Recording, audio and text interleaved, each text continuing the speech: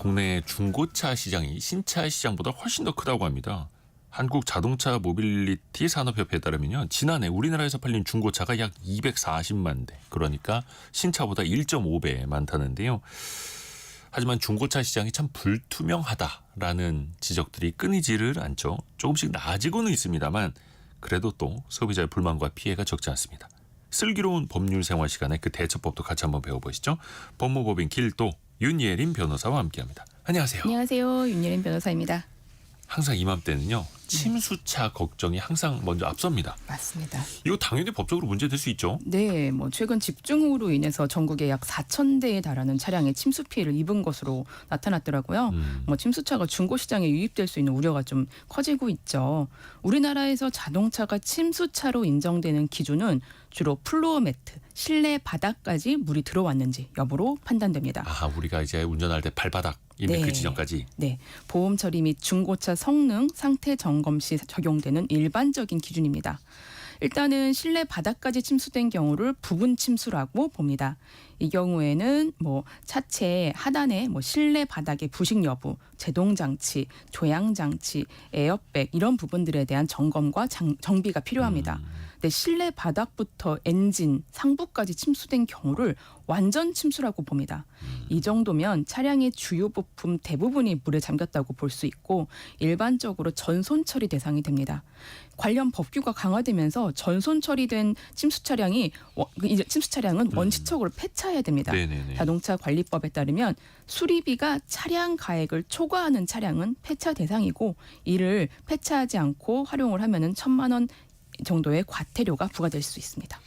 근데 또 이거 침수 이력을 숨기고 판매하는 사람들이 일부 있거든요. 네네. 예를 들어서 엔진까지 다 차오른 게 아니라 그 발판가 살짝 찰랑찰랑해서 세차하고 하면은 잘 탈 수 있다. 근데 소비자가 모르고 만약에 그 차를 구매하게 됐다. 그럼 이거 나중에 환불됩니까? 네, 이게 자동차관리법에서는 중고차 매매업자는 차량의 침수 사실을 매수인, 고객에게 명확하게 고지하고 이를 위반해서 침수 사실을 고의 또는 과실로 고지하지 않거나 거짓으로 고지하고 차량을 판매한 경우에는 사업 등록 취소, 2년 이하의 징역, 2천만 원 이하의 벌금이 부과된다고 규정하고 있습니다. 또 이제 정식 등록된 매매업자에게 중고차를 구매한 후에 90일이 지나기 전에 고객이 침수 흔적을 발견하면 고객은 매매 계약을 해지할 수 있습니다. 매매 계약을 해지하면은 차량은 돌려주고 차량 대금은 받게 되는 형식이 될 겁니다. 근데 차량 구입하고 90일 이후에 문제가 발생하는 경우도 있을 거 아니에요. 90일이 지났다면 매매 계약 해지를 자체를 하기는 어렵고 손해배상 청구나 부당이득 받는 소송까지 가야 되는 경우가 있습니다. 실제로 이 소송을 하셔가지고 승소하셨던 분이 계신데요. 차량 구매한 지 얼마 지나지 않아서 차량에 문제가 생겨서 이거를 점검하다가 침수 차량이라는 걸 알았는데 이 중고차 딜러는 침수 사실이 없다라고 알렸었습니다. 네, 그런데 이런 부분들에 대해서 손해배상 청구를 했는데 차량 매매 대금과 이전 비용을 반환하라는 판결이 나온 적이 있습니다. 그 침수의 기준을 가지고 또 논쟁을 벌이는 것도 참 이것도 힘든 일이겠네요. 네네. 일단은 장마철 이후에 그러면 침수차를 피해야 되는 거잖아요. 네네. 어떻게 좀 주의하고 좀 파악을 해보면 좋을까요? 일단은 침수차는 건조와 이 부품 교체에 시간이 걸리기 때문에 호우 직후에는 바로 유통되기는 어렵습니다. 그래서 가을 즈음부터 유통되는 것이 보통입니다. 그래서 이런 부분들을 시기적으로 좀 피하실 수 있는 방법이 있고 어쩔 수 없이 어떤 기간 내에 중고차를 구매해야 할 때는 차량 보험 이력을 좀 꼼꼼하게 살펴보셔야 될 것 같습니다. 중고차 침수 관련 보험 이력은 보험개발원에서 제공하고 있는 카히스토리 무료 침수 차량 조회 서비스 또는 국토교통부의 자동차 365에서 확인하실 수 있습니다. 또 이제 정말 중고차를 사실 때는 보험 계약서에 침수차는 100% 환불한다라는 부분들을 명시하시면은 좀 더 법적으로 보장받으실 수 있을 것 같습니다. 자동차 365 네. 혹은 카히스토리. 네. 이게 사실 그 중고차를 이제 보여주는 그 사이트에서 이게 연계가 돼 있어서 네. 자동차 이른바 넘버만 네네. 알면은 카히스토리에서 뽑아볼 수 있더라고요. 사고 네네. 내역을. 그런데 매물 올리는 그 사이트에서 번호판을 보여주지 않는 경우도 있어요. 네네. 그럴 때는 내가 이 차를 보고 갔는데 그 차가 맞는지 네. 아니면 세부적인 성능이나 차이가 좀 다를 수도 있잖아요. 네네. 이른바 허위 매물일 수도 있는데 맞습니다. 예, 이거 어떻게 좀 구분해 봐야 될까요? 일단은 법적으로 이런 부분들은 당연히 금지하고 있습니다. 네. 뭐 중고차 구매자는 판매자로부터 자동차 성능 상태 점검 기록부를 교부받아야 되고 주행 거리나 침수차 같은 주요 사안들에 대해서 고지를 받아야 된다라고 규정하고 있습니다. 그래서 뭐 판매자가 실제 성능과 상태를 거짓으로 제공해서 구매자가 재산상의 손해를 입게 된 경우에는 손해배상해야 되고 이 고지된 이 부분을 인도일 30일 이내로부터 이제 그 고객이 알았다면은 매매 계약이 해지되도록 규정하고 있습니다. 거짓 정보로 구매자를 속인 경우에는 2년 이하의 징역, 2천만 원 이하의 벌금과 영업 정지에 처해지고 아까 말씀 주신 허위 매물, 그러니까 중고차 거래 사이트에 이런 차량이 있어서 갔는데 막상 가보니까 그거 없다라고 하시는 이 허위 매물을 올려놓는 것에서도 마찬가지로 2년 이하의 징역, 2천만 원 이하의 형사처벌 대상입니다. 2년 이하 징역, 2천만 원 이하의 벌금. 형사처벌 수위가 이건 낮지 않네요. 네네. 예, 세네요. 그리고 그 사고 이력을 알리지 않는 경우도 있지 않습니까? 네네. 이거는 진짜 구입하는 사람 입장에서는 너무 억울할 수밖에 예, 없겠는데요. 뭐 이런 부분들에 있어서는 판매자를 사기죄로 뭐 고소해보는 것도 가능할 수 있습니다. 근데 중고차 사기로 인해서 실제 재산상 손해가 발생했다라고 해서 무조건 사기죄라고 할 수는 없습니다. 네. 사기죄가 성립되려면 기망행위가 있어야 되는데 뭔가 기망행위로 구매자에게 착오를 일으켜야 된다는 이제 요건이 있고 또 이 부분이 고의적으로 이루어져야 됐다. 그런 부분들이 밝혀져야 됩니다. 뭐 사고 이력 뭐 그 서류를 뭐 지웠다라든지 이런 네네. 식으로요. 거래 중에 실수로 이 부분을 알리지 않았는지 아니면 고의로 알리지 않았는지가 이제 중요한데 뭐 고의성이 밝혀진다면 당연히 사기죄에 해당할 수 있습니다. 근데 이런 경우를 생각해 볼 수는 있겠죠.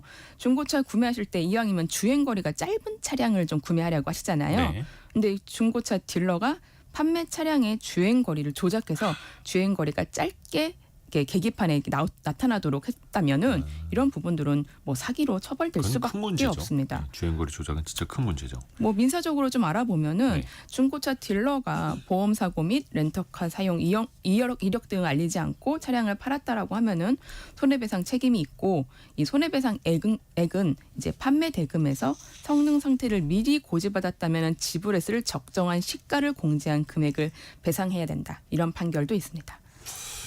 그래요. 그러면은 일종의 차액만 배상하라 이런 판결이 네네. 나올 수도 있다라는 거네요. 그리고 그 무사고 차량 참 중요한데 그 무사고의 기준이 네. 이게 또 보는 사람에 따라 좀 다를 수 있더라고요. 법적으로 무사고의 기준 이게 명확한 게 좀 있죠. 네. 그러니까 자동차는 사고 여부와 파손 부위에 따라서 유사고, 무사고, 완전 무사고로 분류가 됩니다. 그러니까 유사고와 무사고의 차이는 일단은 차체 프레임의 손상 여부에 따라 구별된다고 보시면 될 것 같습니다. 네. 그러니까 보험 이력이 좀 동일하더라도 이 비교적 손쉽게 교환할 수 있는 외판만 훼손됐다라고 하면 무사고라고 하는데 프레임까지 손상된 차량은 유사고로 구분이 됩니다. 그리고 성능 상태 점검 기록부에 기재되는 사고 이력이 사고로 주요 골격의 판금, 용접 수리, 교환이 있는 경우에는 유사고로 적힙니다. 근데 용접이나 도색 같은 수리 이력이 있더라도 자동차 관리법에 따라서 주요 골격에 교체가 없으면 무사고 차량으로 표시합니다. 프레임을 교체했냐 안 했냐 이 부분이 중요한 것이죠. 그래서 일반 소비자들은 그 기록부 표지에 사고 이력 없음을 아예 무사고였던 무사고 차량으로 오인하면서 소비자들의 분쟁이 좀 있습니다. 그렇죠. 네, 그래서 공정거래위원회는 지난해 12월부터 차량 수리의 정도에 따라서 중대 또는 단순 수리 등으로 구분해서 기재하여 표시하라는 지침을 내린 바 있습니다. 그래서 송대현 님도 얼마 전에 중고차를 구입하셨는데 사고의 기준이 간단한 접촉 사고로 인한 문짝 등의 부품 교체는 사고 이력이 아니라고 하는 걸 알았습니다라고 보내주셨네요. 그렇죠. 네. 그래서 문짝이나 범퍼나 휀다 같은 거 교체 이력은 있지만 무사고 차량 네. 이렇게 되는 거죠. 그러니까 소비자 입장에서는 좀 헷갈리실 수 있는데 그래도 요즘에는 중대, 단순 수리 등으로 구분해서 표기하도록 지침이 내려져 있으니까 좀 더 이런 부분들은 나아질 것 같습니다. 그렇죠. 그래서 그 교체한 그 부위가 프레임까지 먹고 들어간 건지 아니면 교체한 이후에 문제가 확실히 없는 건지 잘 보셔야겠고 일단 그래서 믿고 샀는데 이게 잔고장 많다. 그래서 네. 내 돈 들여서 막 중고차 산 지 얼마 안 돼서 막 수리를 했다. 억울할 수 있거든요. 네. 수리비 보상 혹시 됩니까? 그 차량은 사실 수리 비용 많이 들고 차량 수리에 대해서 잘 모르다 보니까 정비소 한 번 갈 때마다 가슴이 콩닥콩닥 하는데 네. 사실 중고차 샀는데 며칠 뒤에 계기판 불 들어오면 정말 가슴이 철렁할 수밖에 없을 거예요. 중고차 시장이 과거에 비해서 분명 투명해지고는 있는데 사실 불안한 마음도 여전히 있다라는 분들 많으시잖아요. 네. 예, 중고차 사실 때는 보증 기한을 정합니다. 보증 기한 내에 발생한 수리는 매매상이 책임져야 됩니다. 공정거래위원회에서 제시하는 소비자 분쟁 해결 기준에 따르면 보증 기간 이내에 중고 자동차 성능 상태 점검 기록부에 기재된 내용과 자동차의 실제 성능 상태가 다르거나 하자가 발생한 경우에는 무상 수리 또는 수리비 보상을 하라고 명시가 돼 있습니다.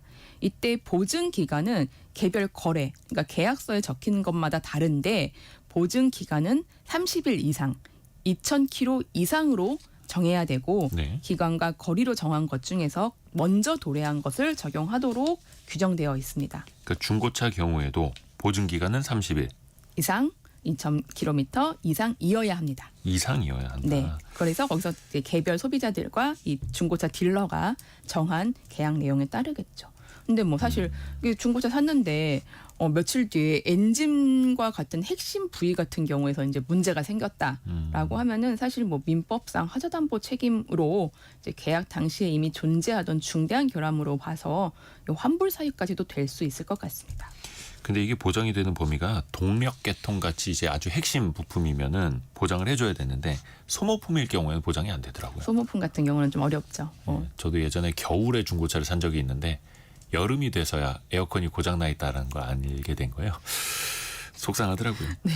그리고 또 중고차 판매하는 업체에서 각종 뭐 차량 관리비나 수수료 몇 가지 또 요구하는 경우도 없지 않아 네. 있다 하더라고요.